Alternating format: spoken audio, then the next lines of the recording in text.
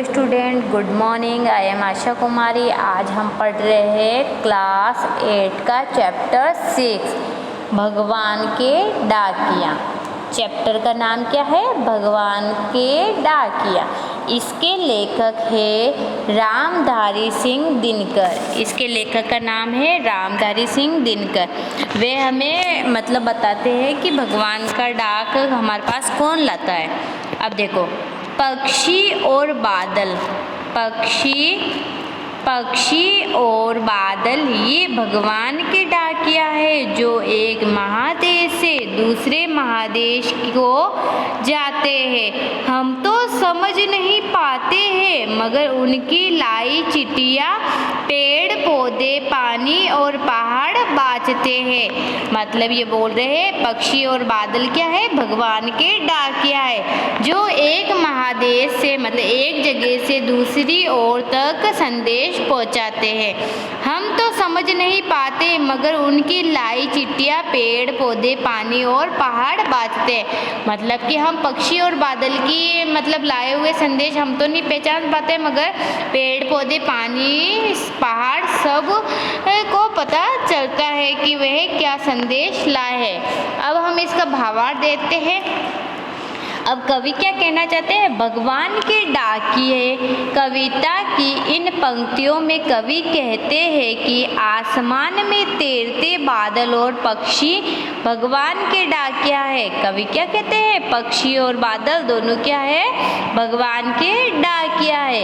ये एक देश से उड़कर दूसरे देश तक जाते हैं, एक देश से दूसरी ओर तक जाते हैं, खास संदेशों का आदान प्रदान करते हैं। ये संदेश हम समझ नहीं पाते लेकिन भगवान के संदेश को पर्वत जल पेड़ पौधे आदि बखूबी से समझ लेते हैं। मतलब कौन कौन समझ पाता है? पर्वत जल पेड़ पौधे वो भगवान का संदेश समझ जाते हैं।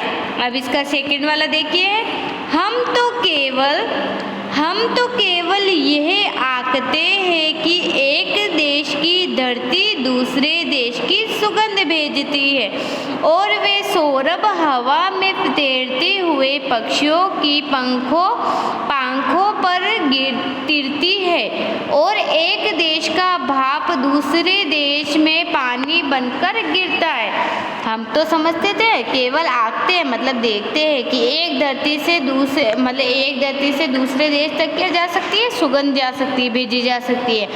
सौरभ हवा में तैरते हुए मतलब एक जगह से हवा चलती हुई दूसरे शहर जाती है, मतलब दूसरी जगह जाती है तो उसकी खुशबू लेकर जाती है।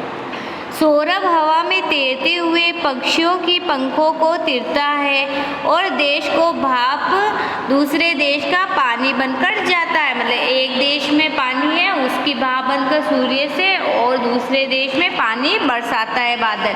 अब देखो इसके भावार्थ देखते हैं हम। रामधारी सिंह दिनकर ने यहाँ हमें प्रकृति की महानता के बारे में बताया है।